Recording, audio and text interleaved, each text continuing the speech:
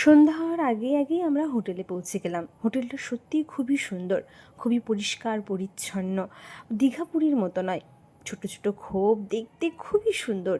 আসলে আপনার এখান থেকে যেতেই মন চাইবে না। সব দিক থেকে যেন একটু আলাদা সুন্দরবন। সন্ধ্যার সময় চাটা খেয়ে ছৌ নাচ দেখতে চলে এলাম, সঙ্গে একটু নেচেও নিলাম। শুনলাম তাদের দুঃখ দুর্দশার কথা।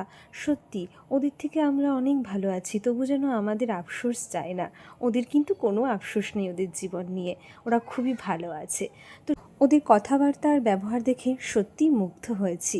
তো যাই হোক, সকালবেলা আবার রওনা দিয়েছি অন্য একটা জায়গা দেখার জন্য।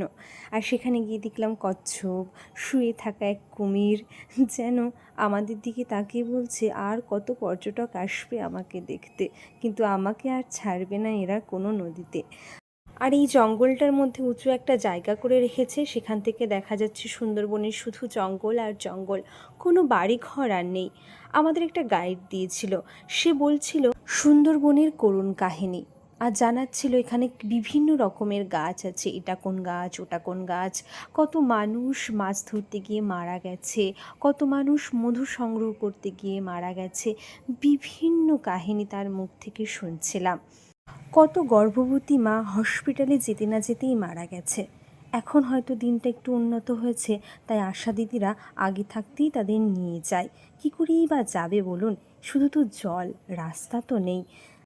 গাইড দাদাটা যখন এই কথাগুলো বলছিল, সত্যি বুকের ভিতরটা যেন ছ্যাদ করে উঠল।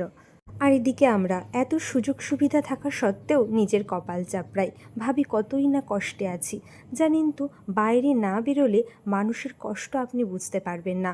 কত মানুষ যে কত দুঃখ কষ্টে থাকে সে তারাই জানে। আজকের দিনটা একটু মন খারাপ, কিন্তু ভালোই কেটেছে, তাই না বলুন? তো চলুন, দেখা হচ্ছে পরের আরেকটি ভ্লগে।